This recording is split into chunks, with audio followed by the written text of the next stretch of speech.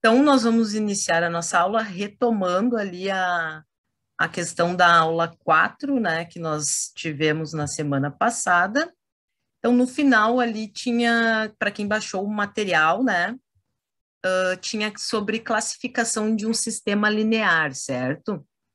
Então, eu botei bem explicativo na minha percepção, né, mas eu vou retomar porque eu não falei sobre isso em aula, certo? E tem exercícios que vão perguntar isso, se determine o tipo de sistema.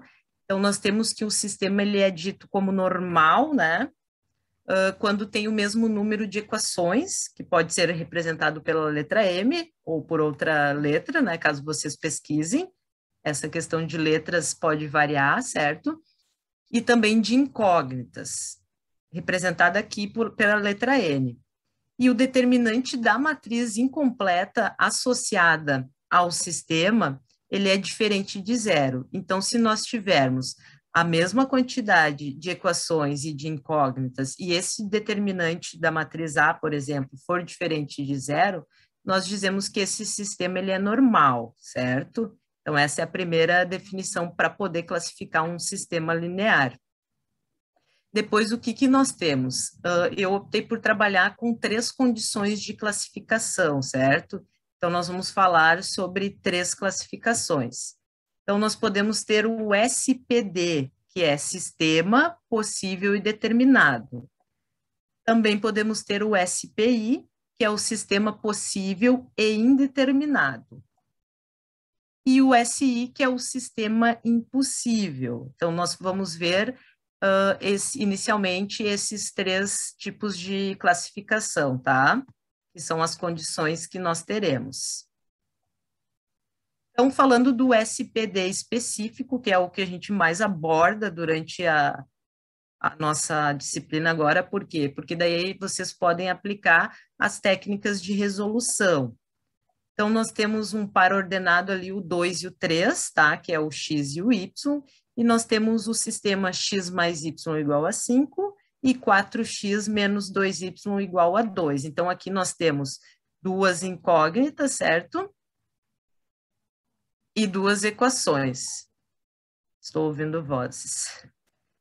Então, nós vamos poder dizer que o par ordenado 2 e 3, ele é a única solução do sistema, e por isso nós podemos classificá-lo como SPD. Então, o que a gente faz, né, para verificar? Nós substituímos o valor do x aqui, o 2, e o valor do y aqui, e essa soma tem que dar 5, que é o termo independente. A mesma coisa aqui embaixo. Então, fazendo a resolução, aqui eu não trouxe desse sistema, porque a gente vai ver mais adiante outros sistemas. Resolvendo, nós temos como única solução esse conjunto, que é do 2 e do 3. Depois, no SPI, que ele é possível, porém ele é indeterminado. Então, o que seria essa questão, tá? Ele possui infinitas soluções, que nem aqui nós temos 2 equações lineares, x menos y mais z igual a 2, e 4x menos 4y mais 4z igual a 8. Então, o que acontece aqui? Ele tem inúmeras soluções. Aqui eu trouxe 3 exemplos, que se nós fizermos a substituição e testando aqui, por exemplo, 1 menos 1, né, o x e o y, e o z2 da igualdade. Se a gente ir testando cada conjunto, a gente verifica que eles contemplam esse sistema de equações, certo? Então, por isso que ele é possível, porém ele é indeterminado, pois não possui uma única solução. Depois, os sistemas impossível, né? Sistema impossível. Então, nós temos, ele não apresenta uma solução. Então, nós não temos um conjunto solução, um par ordenado que possa contemplar esse sistema. Então, isso eu não trabalho muito com ele, justamente porque a gente não tem uma solução, né, para aplicar as técnicas que nós estamos vendo na nossa disciplina, certo? Então, aqui eu botei uma nota, então, que para nós podermos saber se o sistema ele possui solução, nós precisamos calcular o determinante da matriz que está associada ao sistema. Então, se ele for SPD, possível e determinado, ele vai ter o seu determinante diferente de zero. Se for possível e indeterminado, o determinante é igual a zero. E se ele for um sistema impossível, é porque o determinante principal, lembra que a gente está trabalhando com o determinante da matriz, que é o principal, o determinante em função do x, o determinante em função do y, se tiver z em função do z.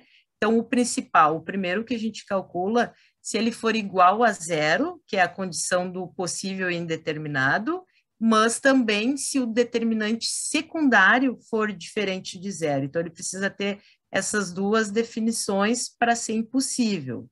E daí a gente não precisa nem calcular mais nada, a gente já verifica que esse sistema ele é impossível. Então, no caso aqui, o determinante secundário, para quem não lembra, né, é quando a gente faz aquela troca dos termos independentes pela coluna da incógnita. Lembram? A gente fez na aula passada, né? A gente faz essa substituição em função do x, em função do y.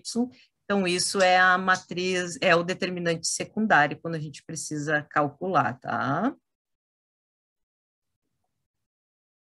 Nós também temos os sistemas lineares homogêneos. Então, nós dizemos que ele é homogêneo quando os termos independentes de todas as equações são nulos. Então, todo sistema linear homogêneo, ele admite pelo menos uma solução, que é a solução que nós definimos como trivial, que é a solução identicamente nula. Então, o que seria isso, né? O termo independente aqui, todos são zero, certo? E nós vamos ter a solução para ele, a solução trivial, dita como trivial, 0, 0, 0, porque se a gente substituir ali, vai zerar o que está após a igualdade ali, que é o zero, certo? Então, quando acontece isso, nós dizemos que esse sistema ele é linear e homogêneo. Tranquilo até aí, pessoal? Aqui é mais revendo, né, a definição da última aula, para quem leu, para quem deu uma estudada.